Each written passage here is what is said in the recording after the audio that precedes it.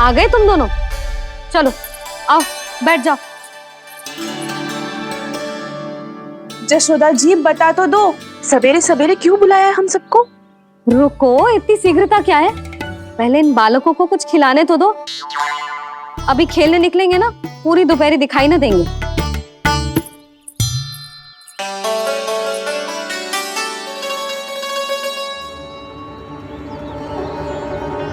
मैया देखो ना, कैसे अपने आभूषणों का दिखावा कर रही है जी सुलोचना। चिंता मत कर बहू, शीघ्र ही हम इससे अधिक आभूषण और इससे अधिक उत्तम वस्त्र पहन के घूमेंगे। ये देखो तुम दोनों के लिए क्या बनाओ है मैंने। पूरे गोकुल में प्रसिद्ध मेरे पेड़े। चलो लो। यशोदा, ये तो बहुत सारे हैं। हाँ जशोदा जी, इतने सारे तो मैं भी ना खा पाऊं। क्यों दृष्टि लगा रही हो सुलक्षणा? बढ़ती आयु के बालक हैं, खाने दो इन्हें। तुम सब कछु मत सुनना, जी भर के खाओ। देखा ना?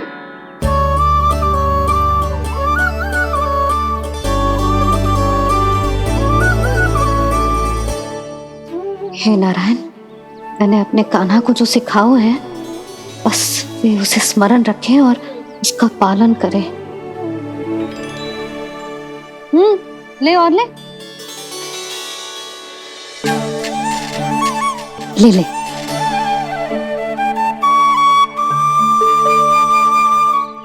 आज तो एक के बाद एक पेड़ मिल रहे हैं, वो भी बिना रोक टोक के। मैया दो के बाद तीसरी मिठाई बड़ी कठिनाई से खाने देती है, पर आज सादा लाड पेड़ों के माध्यम से जिता रही है। कछु तो रहस्य है। प्रभु, क्या आप भी वही सोच रहे हैं जो मैं सोच रही हूँ? कोई परीक्षा तो नहीं ले रही है ये? किस सोच में पड़ गए तुम दोनों?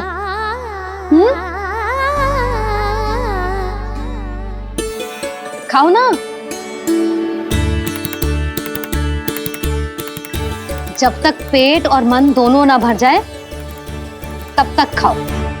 बस यशोदा, इतना पर्याप्त है। अरे ना जिज्जी, घर के शुद्ध मावा और गुड़ के बने, कितना भी खा ले कोई हानि ना होगी। लो और लो।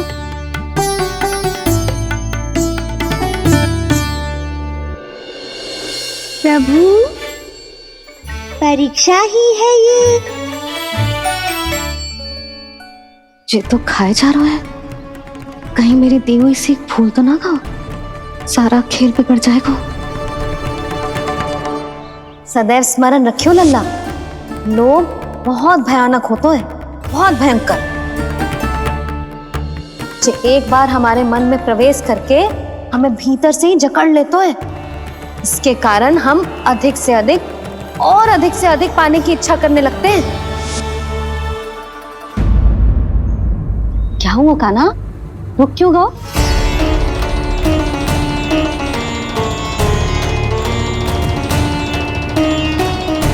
आपने तो सिखाया था मैया, जितनी आवश्यकता हो उतना ही लेना चाहिए, लोभ कभी ना करना चाहिए। बहुत बुरा राक्षस है लोभ।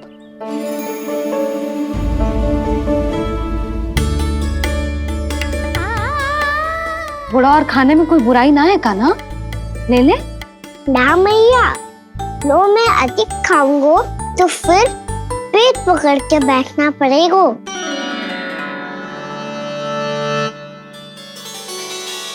हाँ, मेरा भी पेट भर गया। कान्हा सही कह रहा है छोटी माँ, लोग बहुत भयानक राक्षस है। जो भी लोग के चक्कर में पड़ेगो वो बहुत बुरा फंसेगो। अच्छा जाओ, जाके खेलो तुम दोनों। मैया, ये पेड़ अपने सखाओं के लिए भी ले जाऊं मैं? हाँ लल्ला, ले जाओ अवश्य।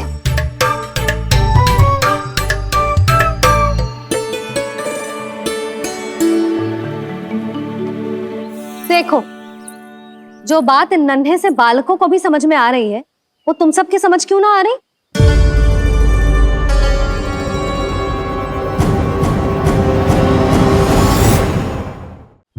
क्या समझाना चाहती हो जशोदा जी?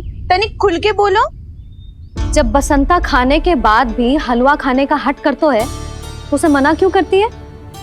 इसीलिए ना, ताकि स्वाद के लोभ में उसका स्वास्थ्य ना बिगड़ जाए। और उज्जवल, जब भरी दोपहरी में बाहर खेलने का हट करतो है तो तू उसे मना क्यों करती है? इसीलिए ना कि खेल के लोभ में उसे लू ना लग जाए। हाँ, और पुराण पढ़ना तो अच्छी बात है ना। तो श्रीदामा जब रात में दीप के प्रकाश में पुराण की कथाएं पढ़ना चाहतो है तो क्यों मना करती है? उसे बता। ताकि कथाओं के लोभ में उसकी दृष्टि खराब ना हो जाए जीजी। तो इसका अर्थ तो यही है ना कि लोभ चाहे पेड़ों का हो, चाहे पुराण की कथाओं का हो, या फिर अधिक धन अर्जित करने का हो, लोभ सदैव हानिकारक ही होता है। जे बात तुम ही सब ना समझोगी तो अपने बालकों को कैसे समझाओगी? बोलो। हम सबकी मैया यहाँ क्यों आई है? डांट पड़ी क्या? चौरी विद्या प्रसारण टोली के बारे में सबको पता चल गो क्या? चिंता के चने चबाना छोड़ो और ये पेड़े खाओ। भीतर और भी गंभीर समस्या पे चर्चा चल रही है। कैसी समस्या? लोग की भयानक राक्षस की समस्या। व्यापारी जी, नंद जी ने कल सभा बुलाई थी और आज रानी यशोदा जी ने सारी स्त्रियों को अपने घर पे बुलाया है। तो आपको नहीं लगता कि हमें कुछ करना चाहिए? करना तो चाहिए गुप्तचर। सबसे पहले हमें हाट जाकर गोकुल वासियों की प्रतीक्षा करनी चाहिए। सूर्यास्त से पहले वो सारे मूर्ख वहां आने वाले हैं, मेरे सामने नारायण के नाम का प्रण लेने। उन्हें चाहे कोई भी कितना भी समझा ले बुझा ले, उससे कोई अंतर नहीं पड़ेगा गुप्तचर। हमारा वास्तविक धन क्या है? दूध, घी, दही, माखन, यही ना? हाँ, तो श्री नारायण की कृपा से तो हमारे पास इसकी कोई कमी ही ना है। तो हम सब तो पहले से ही धनवान हुए ना। तो फिर जे गोधन अपने परिवार और संतान में बांटने के बाद जो भी बचतो है वो तो हाट पे बिखी जातो है ना। तो फिर मथुरा के किसी अपरिचित व्यापारी के साथ माथा फोड़ने की क्या आवश्यकता है? जशोदा जी, हम आपकी और नंदराज की चिंता समझते, पर इसकी कोई आवश्यकता ना है। कुछ उल्टा सीधा नहीं करेंगे हम। विश्वास रखो जशोदा, हम जो कुछ करेंगे समझदारी से करेंगे। लोभ में आके कोई निर्णय नहीं लेंगे हम लोग, है ना? हाँ। अच्छा, अब चलती हूँ। बुलावे की सूचना पाके सब कार्य ऐसे ही छोड़कर आ गई थी।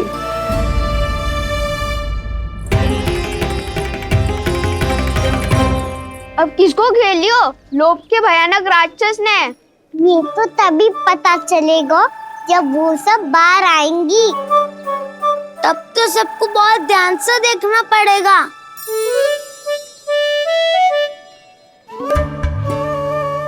देखना तो पड़ेगा दाऊ, तभी तो पता चलेगा माखन चुराने किसके यहाँ जाना है। नाना,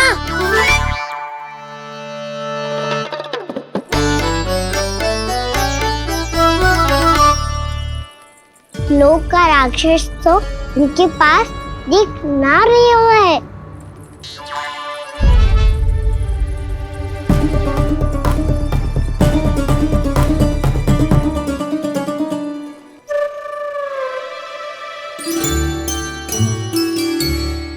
नारायण का बहुत बहुत धन्यवाद। कान्हा, मेरे मैया को घेर रहे है क्या उस राक्षस ने? यशोदा भाभी और नंद भैया कितने चिंतित थे ना। पक्का कछु ना कछु कारण तो अवश्य होगा। हाँ, मुझे भी सच लग रहा है कि धनवान बनने के चक्कर में मैं तनिक ज्यादा ही लोभ में पड़ गई थी। नहीं, बस गए। और मेरी मैया दादी उनका क्या गाना? बहू, सुलक्षणा की जैसे ढेर सारा धन कमाने के चक्कर में लोभ में तो ना आ रहे ना हम। हे नारायण, बहुत कृपा है आपकी। लगता है लोभ का राक्षस किसी को अपनी चपेट में नहीं ले पाया। लेता भी कैसे था? मेरी मैया ने जो समझायो है। क्या लगता है यशोदा, इन्हें समझ आया होगा? आशा तो यही है, और अब भी ना समझी तो फिर तो नारायण भी ना समझा सकते। सुनो, दोपहरी में हम सब मिलेंगे। दोपहरी में? तो क्या तू तब निश्चित करेगो कि आज किसके यहाँ जाना है माखन? आज कोई माखन चोरी नहीं होगी। क्षमा करना राव, भैया के ना समझाने के बाद भी जिसके समझ में कछु ना आई हुई थी उसके घर चोरी तो करनी पड़ेगी आज।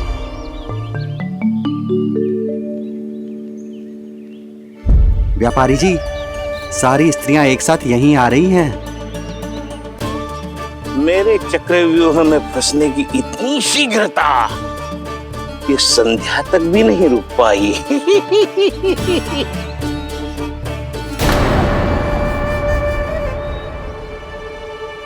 पर ये आपके तरफ ध्यान क्यों नहीं दे रही हैं? लगता है गोकुल की रानी ने इनको पाठ पढ़ा ही दिया। अब आपको ही कुछ करना होगा व्यापारी जी। करूंगा, अपनी चाल सबसे अंत में चलूंगा, किंतु अभी उनके लिए एक घोषणा ही पर्याप्त होगी। तुमने सबको सूचित तो कर दिया है ना कि सबको अग्रिम धनराशि मिलेगी, वो भी दूध, दही, माखन, घी बेचने के बाद नहीं, वो पहले ही मिला करेगी।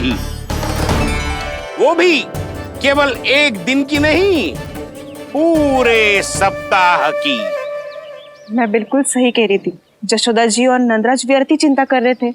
यदि इन व्यापारी जी के मन में कोई मैल होता तुझे अग्रिम धनराशि थोड़ी ना देते। बात तो तुम सही कह रही हो सुलक्षणा।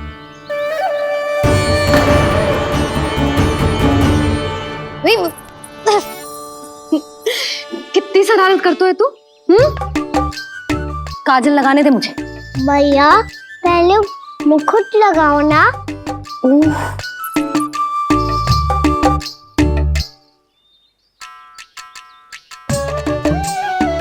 और मेरी मुन्नी?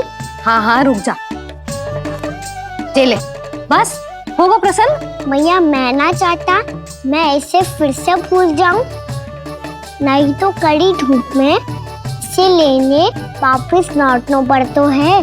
चल अब बैठ जा, अब मुझे काजल लगाने दे लेना। भैया इतना सारा काजल मत लगाओ, छोटा सा बालक लगता हूँ मैं।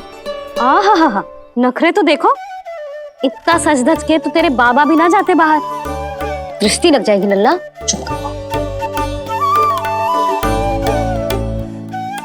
उनको तो आ सकता ही ना है भैया, वो तो गोकुल के राजा है।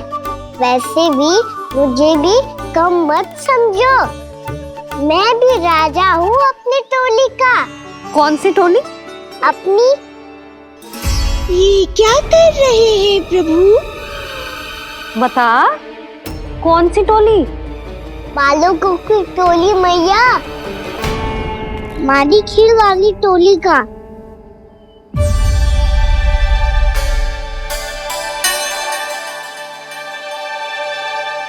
क्या हुआ जी? देखो जी, आप इतनी चिंता मत ही करो, आप गोकुल के राजा हो और जे बालकों की टोली का राजा है,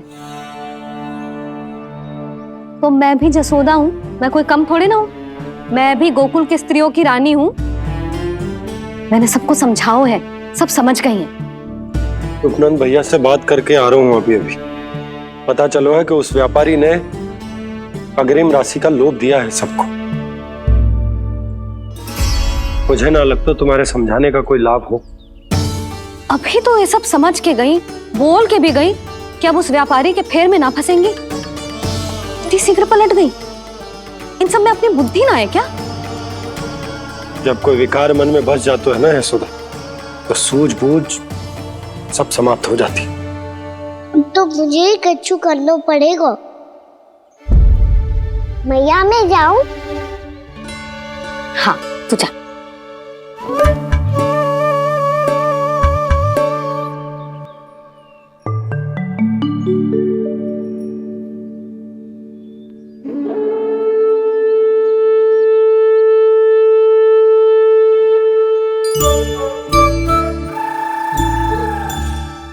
बहुत बड़ी समस्या हो गई है सखाओ। कैसी समस्या? लोभ का भयानक राक्षस कहीं ना गए हो, वो अभी भी यही है। मुझे पता था, और इसका सबसे अधिक प्रभाव तो मेरी मैया और दादी पर ही हुआ है। तुम सच कह रहे हो उज्जवल? हाँ। अरे कछु ना बलदाऊ, जे बड़ बोला तो ऐसे ही बात करते रहेगा बड़ा चढ़ा के। बड़ा चढ़ा के नहीं बोल रहा हूँ मैं। आज से घर पे दूध दही माखन घी सिर्फ एक बार ही मिलेगा। पर क्यों? ताकि अधिक से अधिक दूध दही माखन घी बचाकर उस व्यापारी को 2 गुना मूल्य पे बेचा जाए। इतने से तो काम ना चलेगा। उस सुलक्षणा से, और मैं तो कहूँ सुलक्षणा से ही क्यों, पूरे गोकुल में सबसे अधिक धनवान बनना है तो और माखन जमा करना पड़ेगा। हाँ हाँ मैया, लाओ मैं इसे ऊपर रख देती हूँ। चोरी चुपके से खा तो ना जाएगी ना? तेरी घबराहट बता रही है कि घर से निकलने से पहले तूने थोड़ो माखन तो खायो है। सच्ची बोल। ना ना मैया, मैं क्यों माखन खाऊंगी? मैं भी तेरी मैया हूँ लाली, माप के रखो तो मैंने।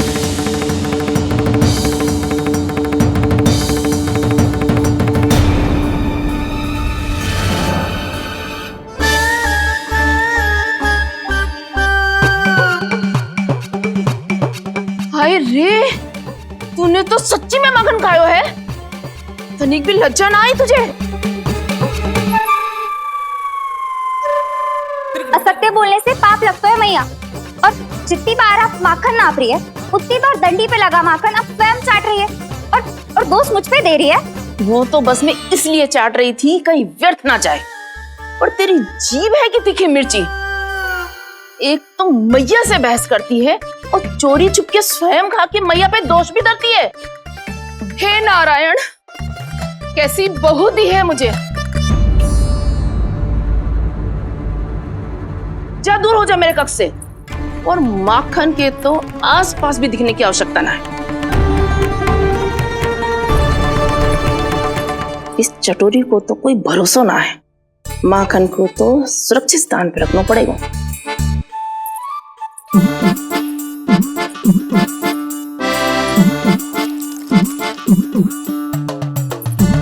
यदि बहू ने अब मटकी उतारने को प्रयास किया तो अचानक पानी गिर जाएगा और घबरा के वो चिल्लाएगी और मुझे पता पड़ जाएगा। मैया,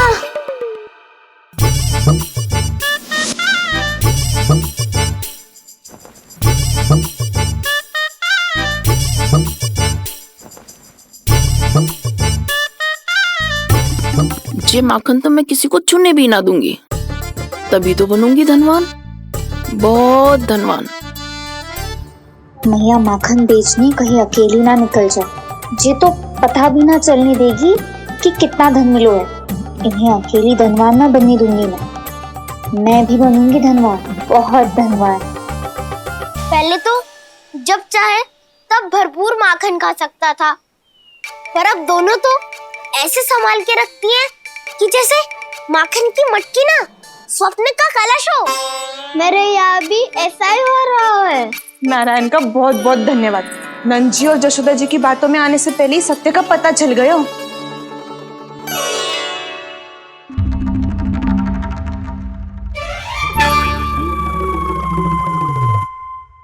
ये इतना सारा माखन? दृष्टि मत लगा, पेट पे पट्टी बांध के रात रात भर भूखा रह के बड़ी कठिनाई से माखन इकट्ठा किया है जे। तो क्या आपने निर्णय ले लियो है कि आप उस व्यापारी को वचन दे दोगी? अरे जब द्वार पे साक्षात लक्ष्मी जी हो तो द्वार बंद ना करते बावली। तू अभी छोटी है, मैं तो कहती हूँ तू भी अपने भविष्य के बारे में अभी से सोचना आरंभ कर दे। कटौती तो मेरे घर पे भी आरंभ हो गई है काना। वो मैया ने कहा है या दूध चाहिए या दही चाहिए या माखन चाहिए, जो भी चाहिए एक ही बार मिलेगा।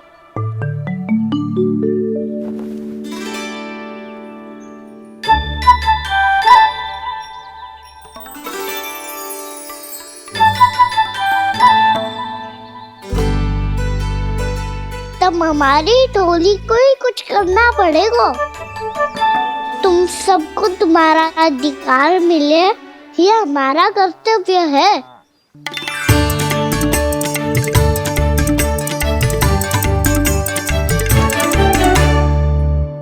अब हम कछु ना कर सकते यशोदा। यदि अब मैंने उन्हें रोको तो उन्हें लगेगा कि मैं उनसे उनकी उन्नति का अधिकार छीन लूं। दूध दही माखन पे सबसे पहला अधिकार बछड़ों का होता है, फिर घर के बालकों का, और ये अधिकार हमें दिलाना चाहिए, है ना दाऊ? मैं सब समझता हूँ काना। तुम मुझसे इसलिए पूछ रहे हो ताकि तुम माखन चोरी की योजना बना सको, पर मैं तुम्हारा समर्थन नहीं करूँगा। पर दाऊ ना, पिछली बार तुमने ही कहा था ना कि हम ये चोरी केवल वानर महाराज की सहायता के लिए कर रहे हैं। लो, वानर महाराज भी आ गए हमारा साथ देने। आज कोई किसी का साथ नहीं देगा, आज कोई किसी का साथ